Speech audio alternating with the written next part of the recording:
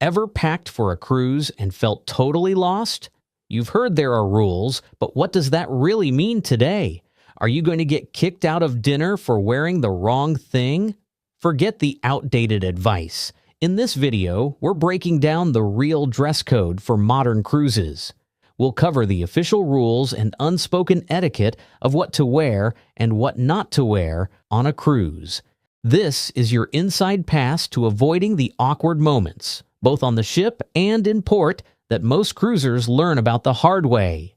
We'll even cover the #1 rookie mistake that can physically ruin your entire vacation before it even begins.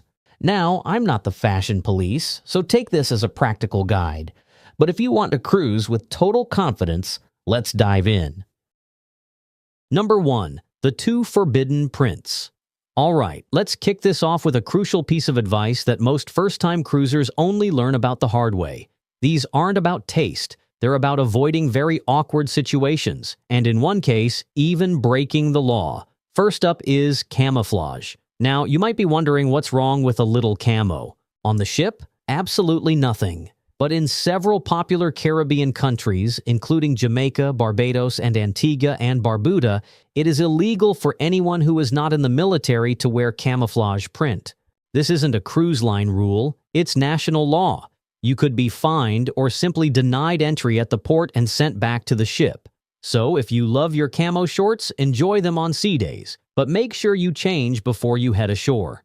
Second, and this one is more of a social if you know tip, is anything with an upside-down pineapple. In recent years, this has become a widely known symbol for a swinger or lifestyle community. If that's not the message you're trying to send to fellow passengers, you'll want to avoid this symbol on your clothes, tote bags, or even your cabin door decorations. A regular right-side-up pineapple is just a fun tropical fruit. Upside down means something entirely different. Number 2. Improper swimwear and cover-ups. From prints you shouldn't wear on land, let's move to what not to wear on the Lido deck and beyond. This is one of the biggest sources of tension on any cruise. First, let's be clear. Cruise lines are not the place for your most revealing micro-bikinis, especially on family-focused lines like Disney or Royal Caribbean. While cruise lines like Virgin Voyages have a much more liberal and adult atmosphere, it's always smart to be aware of your audience. What flies on a party cruise to Ibiza might not be appropriate for a ship filled with kids and grandparents. But the more serious issue is what happens when you leave the pool. Once your feet step off the pool deck and into an indoor area, you must have a proper cover-up. And I don't mean a thin, see-through mesh dress. I mean a real shirt, a sundress, or shorts. This is a matter of hygiene and respect, and the crew is required to enforce it, especially at the entrance to the buffet or cafes. And speaking of the buffet, never ever walk in dripping wet. Not only is it a dangerous slip hazard for other passengers, but you will be politely, and sometimes not so politely, turned away at the door.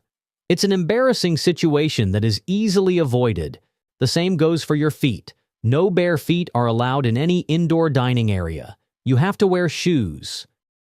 Number 3. Shorts and jeans. This is one of the most debated and confusing dress code topics, and it's where many first-time cruisers get tripped up. Some popular cruise lines still officially prohibit shorts for men in the main dining room during dinner service. This includes celebrity cruises, MSC cruises, on gala or evening wear nights, and princess cruises. Carnival Cruise Line also lists shorts, including dress shorts, as inappropriate during cruise casual and cruise elegant nights. Royal Caribbean, by contrast, does not have a formal ban. Their guidelines encourage smart casual attire for dinner, but shorts are not explicitly prohibited, and many guests wear neat dress shorts to dinner without issue. Enforcement can vary, so while you'll often get in with no problem, there's always a chance you could be asked to change. Jeans are where the biggest shift has happened. For years, they were discouraged at dinner, but this has relaxed significantly. Today, almost all cruise lines allow jeans in the main dining room, even on smart casual nights, provided they look presentable. That means clean, dark-washed jeans without rips, holes, or frayed edges are a safe and versatile choice. On hyper-casual lines like Norwegian or Virgin Voyages, the dress code is even more relaxed. Nice shorts and jeans are acceptable almost everywhere. The simple formula to remember is this: shorts are best for the daytime, while jeans or chinos are your go-to option for a relaxed dinner. Formal nights and certain specialty restaurants may still require long pants, but outside of those settings, most cruise passengers today dine comfortably in neat casual attire. Number 4. Formal night attire. Speaking of dressing up for dinner, this next topic is the single biggest source of packing stress for new cruisers. Forget everything you've seen in old movies. Formal wear today is much more accessible and relaxed. The myth is that you need a tuxedo or floor-length ball gown. In reality, on almost all cruises, that's simply not true. While lines may still call it formal night or gala night, the modern dress code emphasizes looking your best, not being the most formal.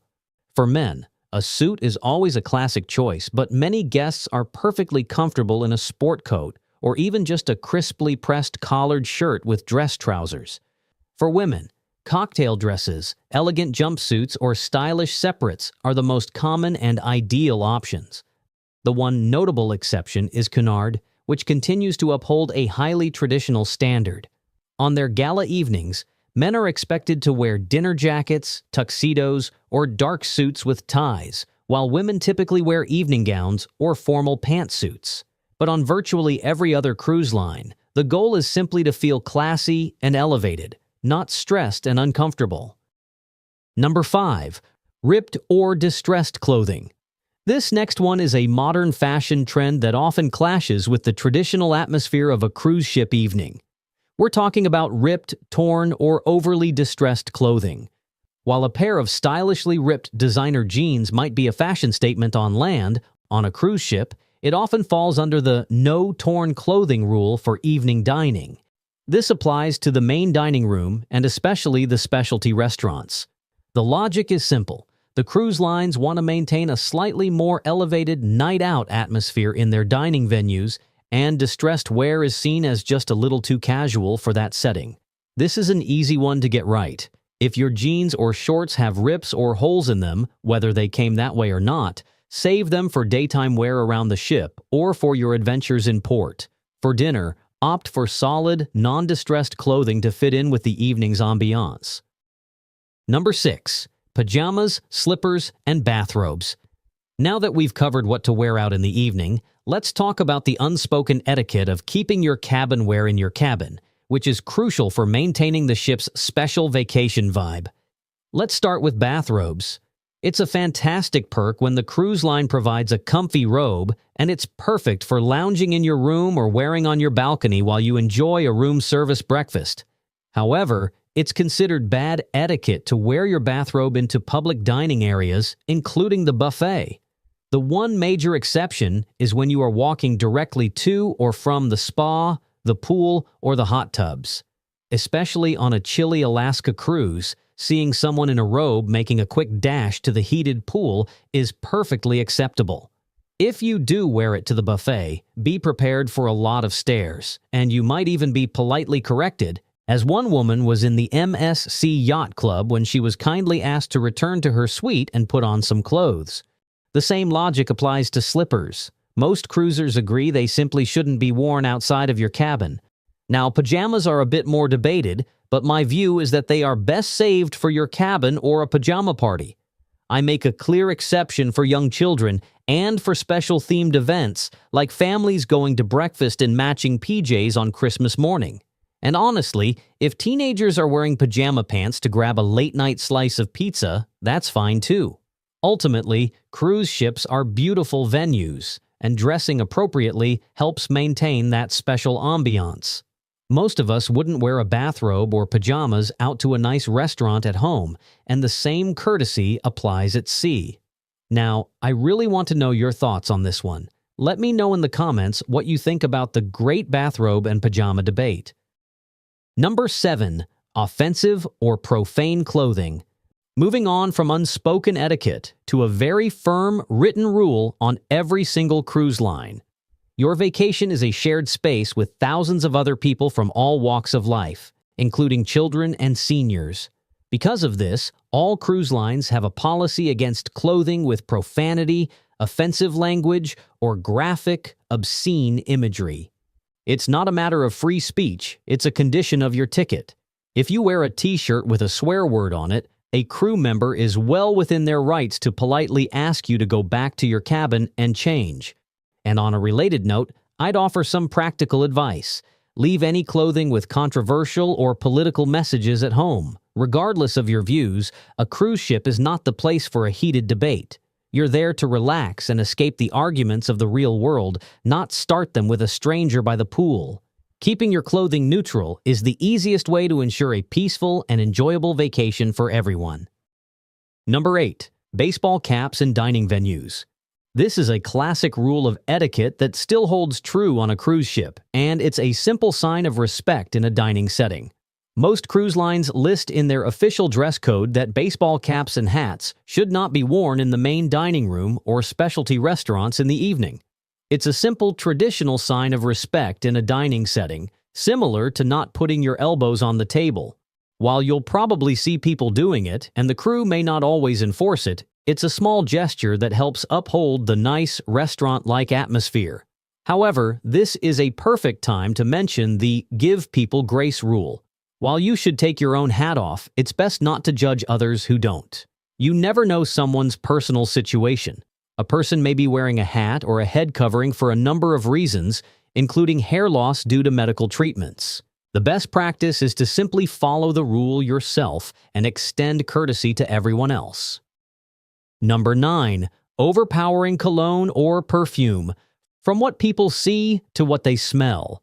This next point is a quick but incredibly important one for ensuring everyone around you has a pleasant cruise. It's about being mindful of scents in a shared, enclosed environment. We've all been there. You step into an elevator and someone who was just in there has left behind a cloud of cologne or perfume so thick you can almost taste it. On a cruise ship, with its narrow hallways and crowded elevators, that effect is magnified tenfold.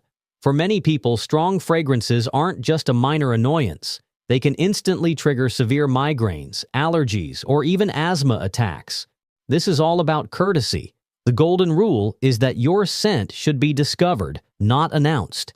If someone can smell you from 5 feet away, it's a little too much.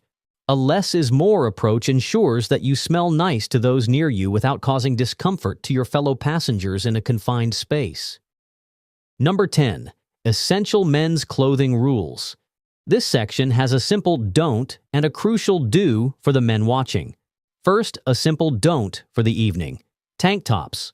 While a tank top, or a sleeveless shirt, is the perfect thing to wear to the Lido buffet for lunch or while grabbing a drink by the pool, it is considered too casual for the main dining rooms and specialty restaurants at night. Pretty much every cruise line includes this in their dinner dress code. Think of it as a simple day versus night distinction. As soon as you're getting ready for your evening meal, you'll need to switch to a shirt with sleeves, like a t-shirt, a polo, or a collared button-down. This brings us to a crucial piece of practical advice. No matter the cruise line, always pack at least one pair of long pants and one collared shirt. This is your just-in-case outfit.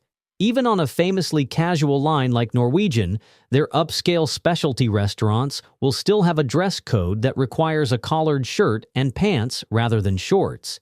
This can be a simple golf-style shirt and any type of long pants, even a nice pair of jeans. Having that one smart casual outfit packed guarantees you can dine absolutely anywhere on any ship without a single issue. Number 11.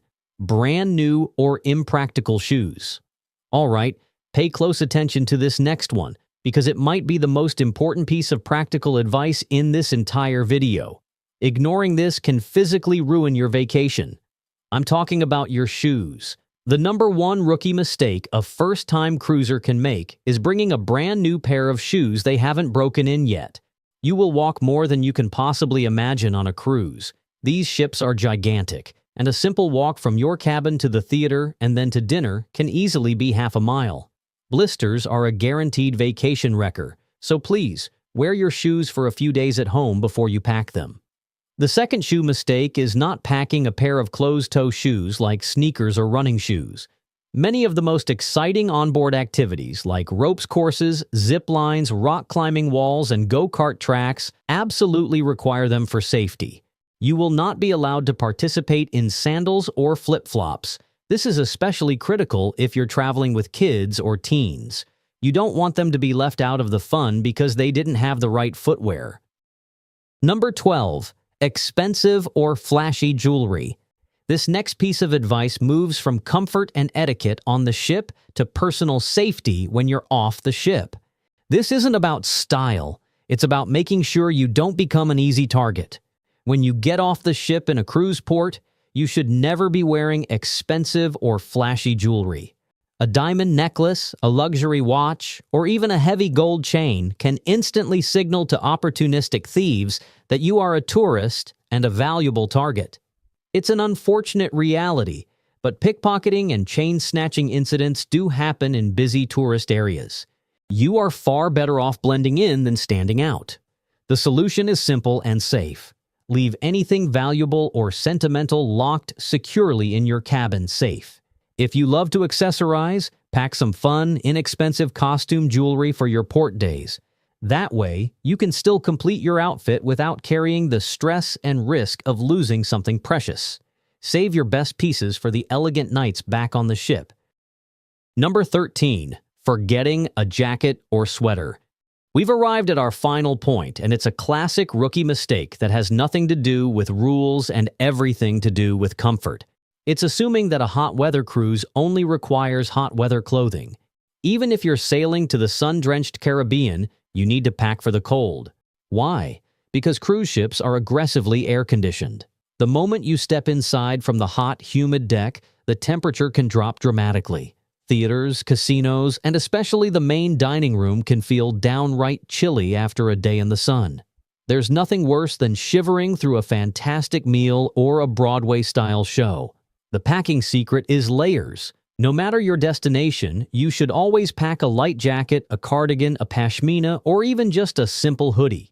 Having that extra layer you can throw on is the key to staying comfortable as you move between the warm outdoors and the cool indoor spaces of the ship, especially after the sun goes down. So there you have it, 13 simple tips to help you pack smarter and cruise with total confidence. Now I want to hear from you. What is your number one cruise dress code tip, or do you have a funny story about a mistake you made on your first cruise? Share it in the comments below. Your advice could help out a fellow traveler. Thank you so much for watching.